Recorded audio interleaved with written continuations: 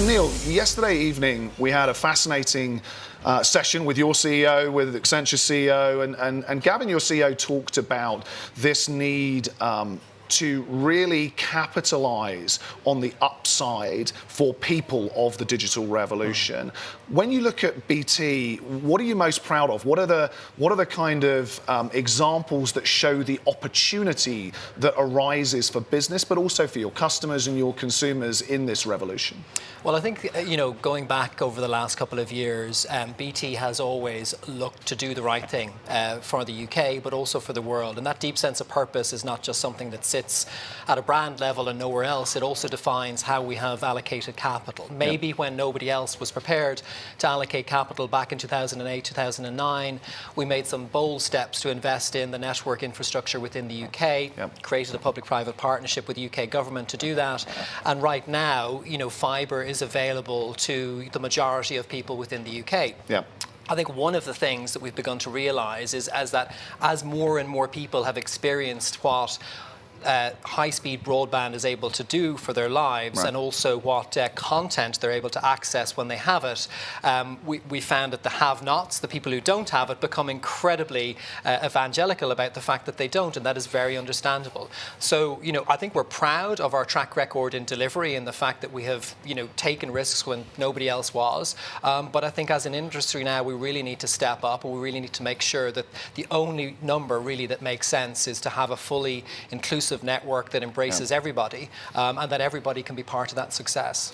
That makes a lot of sense. And as you say, the fibre, the network, the infrastructure, I mean, that's almost the backbone of the individual ability to take advantage of the revolution that we're seeing in digital technologies. I mean, on top of the fibre, other examples in terms of specific investments, specific programs, specific innovations that you're seeing, for example, in the businesses in terms of products and services that point in that direction of an inclusive digital revolution? Well, so there's a couple of things I'd like to highlight. I think firstly, the emergence of BT Sport as something that was not about, continuing to kind of exacerbate the disconnect between sport and the communities that it depends on to thrive, but actually democratising sport on the back of London 2012, launching BT Sport and giving that on the back of our network to our customers for free. And I think allowing people to really understand, through, I think everybody understands football, but they maybe don't understand what 80 meg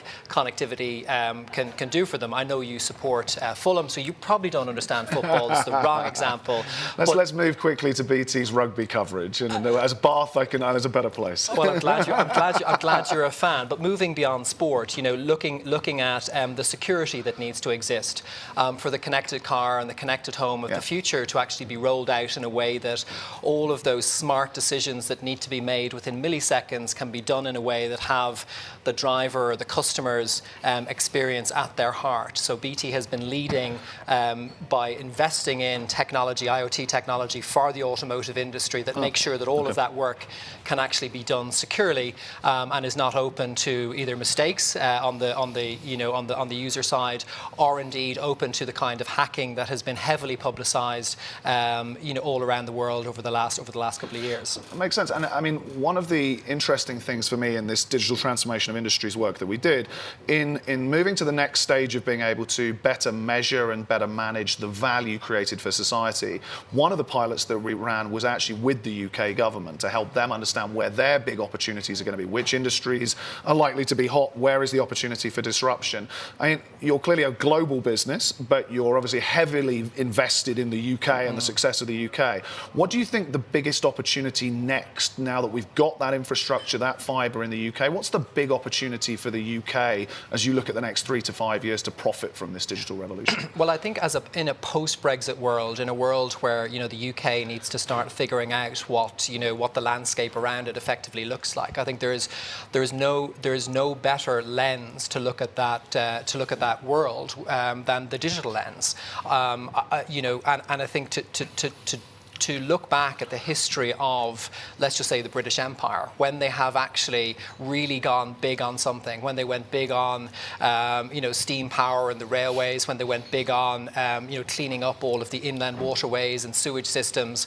A lot of decent history of taking advantage at different points. Absolutely, but the key was truly democratising whatever the utility was. Yeah. So I think ultimately for the UK, being able to democratise this kind of digital capability so that it's something that everybody can benefit from, because who knows what cabin in the woods is going to have the next Edison or the next Peter Lacy or the next Tim Berners-Lee. I was just about to say Tim. But it's really important that these excluded highlands and islands and valleys and these parts of the world that are going to provide us with the leaders of the future are part of that success, and they're not being excluded, because if we don't include them, what 2016 has told us is it's going to be a very rocky road, not just for government but also for businesses. And you've summarised perfectly the title of that work, which is Unlocking the Trapped Value. So somewhere in a cabin in the Highlands is the trapped value, perhaps for the next world-class scientist or technologist. Absolutely. Thank you very much. Pleasure.